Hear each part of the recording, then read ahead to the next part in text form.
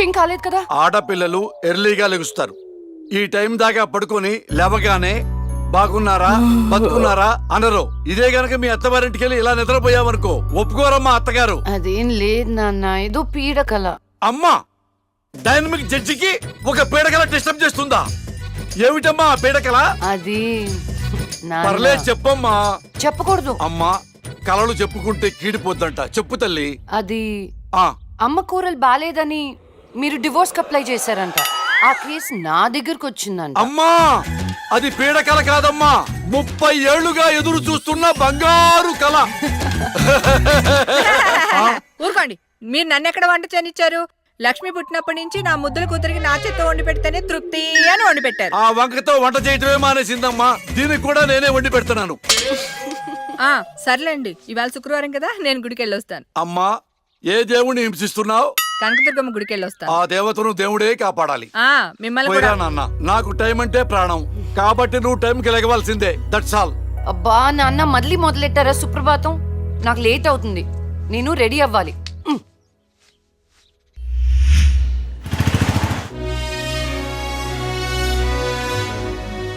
Atom బాంబును కనిపెట్టారు కానీ షుగర్కు ముందు కనిపెట్టలేకపోయారు.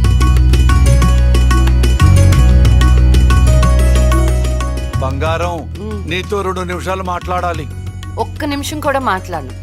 నాకు పెళ్లి చేసుకోవడం ఇష్టం లేదు.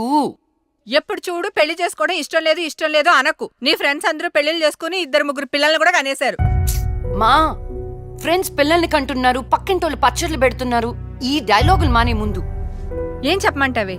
పెళ్లి చూపులకు వచ్చిన కుర్రాళ్ళందరూ నువ్వు జడ్జి అని తెలిసి పారిపోతున్నారు. పోతే పోనీ, నా కూతుర్ని పెళ్లి చేసుకోవటం అంటే నీతి నిజాయితీతో కాపురం చేయటమే. ఆ క్వాలిటీస్ వాళ్ళలో లేవు, ఒక్క రాహుల్లో ఉన్నాయి. రాహులా? ఎవరు నాన్న? నీకు చెప్పాను కదమ్మా, ఎన్ఆర్ఐ కుర్రాడు. కుర్రాడు చాలా బాగుంటాడమ్మా, నీకు తగ్గ జోడి. నీ క్యారెక్టర్ నచ్చి నిన్ను ఇష్టపడుతున్నాడంటే అతడంత మంచివాడు నీకు అర్థమయ్యే ఉంటుంది. ఒక్కసారి మాట్లాడమ్మా. సరే నాన్న, మీరు చెప్తున్నారు కాబట్టి సాయంత్రం రమ్మని చెప్పండి, జడ్జ్మెంట్ ఇచ్చేస్తాను. అమ్మా, జడ్జిమెంట్ నాకు ఫేవర్ గా అయ్యమ్మా. జడ్జ్మెంట్ ఫేవర్ గా కాదు, న్యాయంగా ఉంటుంది.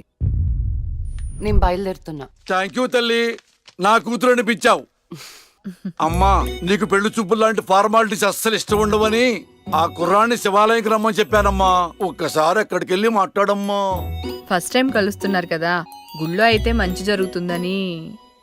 ఓహో, ఇద్దరు ముందే ప్లాన్ చేసి లాస్ట్ గా నాకు చెప్తున్నారన్నమాట. అంతా కాదమ్మా, కొంచెం ప్లాన్ చేశాం. నా కోట్ టైం అవుతుంది, వెళ్ళొస్తాను. సంతోషం తల్లి.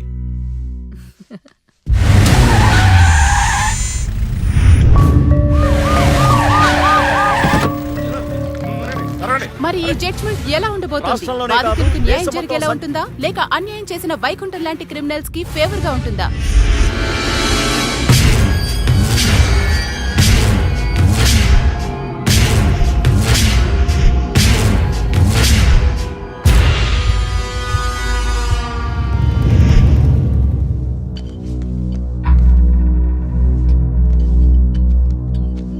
Continue. Your Honor. Please remove your sunglasses. This is my court and my order. My order. My order.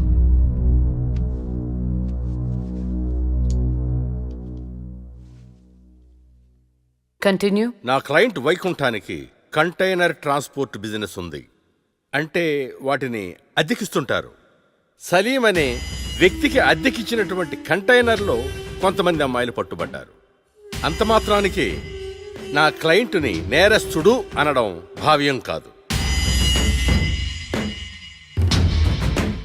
Objection your honour. అసలు సలీం బేగ్ అనే వ్యక్తే లేడు. ఈ కేసుని తప్పుదోవ పట్టించడానికి వెళ్ళిన ఫేక్ ఎవిడెన్స్ అది. Objection your honour. Objection overruled. Thank you your honour. పట్టుబడిన 10 మంది అమ్మాయిలు ఇచ్చిన స్టేట్మెంటు ఆల్రెడీ మీకు సబ్మిట్ చేశాం. దయచేసి ఆ ఫైల్ని పరిశీలించి మీ తీర్పు ఇవ్వండి.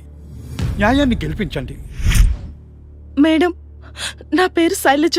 నేను బీటెక్ చేశాను. ఉద్యోగం చేసి అమ్మా నాన్నల్ని బాగా చూసుకోవాలనుకున్నాను.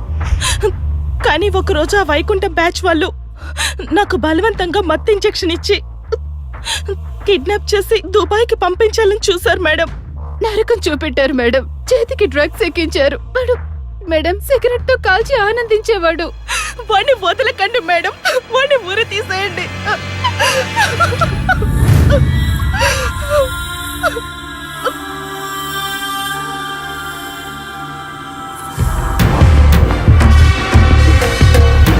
సాక్ష్యాధారాలన్నీ పరిశీలించిన మీదట వైకుంఠం అనబడి ఈ ముద్దాయికి ఐపీసీ 302 సెక్షన్ ప్రకారం 7 సంవత్సరాల కఠిన కారాగార శిక్ష విధించడమైనది.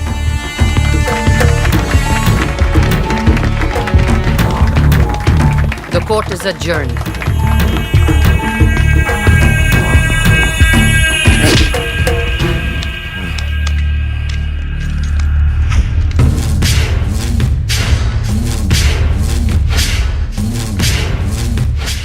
ఆగో, డబ్బు చూపించాను, దమ్ము చూపించాను, అయినా లొంగలా ఆడదానివి. ఏం చూసుకుని నీకు పొగరు? అడవిలో వేటకెళ్ళినప్పుడు ఆడపులి ఎదురు పడితే ఆడపులే కదా అని లైట్ తీసుకో. పులి పులేరా.